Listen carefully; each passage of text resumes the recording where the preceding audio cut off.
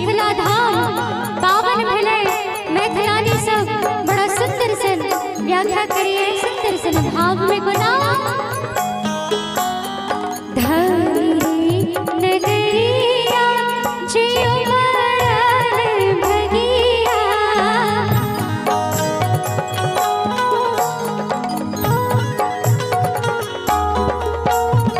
लगली सुनर सिया के अमर सुहगिया।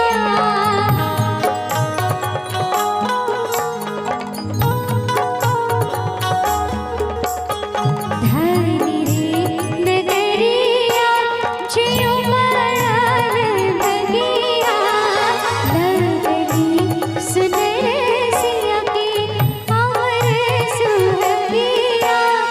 चौका पुराने अंगने माँ बड़ा पावन लागे। चौका पुराने अंगने माँ बड़ा पावन लागे। सीता की चढ़िया हरदिया मन भावन लागे।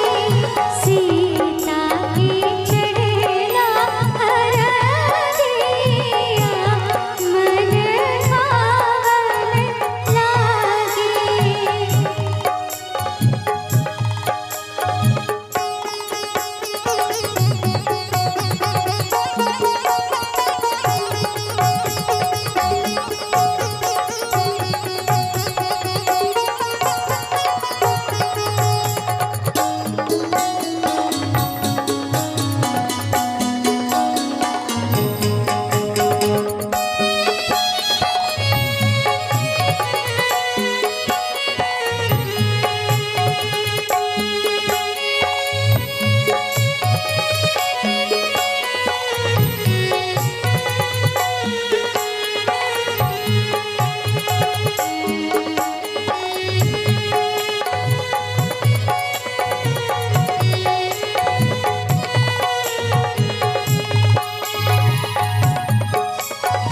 फिर बड़ा सुंदर सन भाव।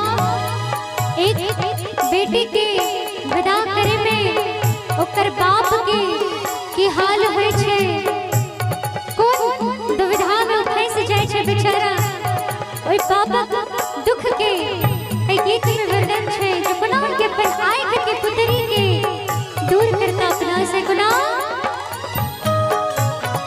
आँख की पुतरिया जे भेजी है नगरिया,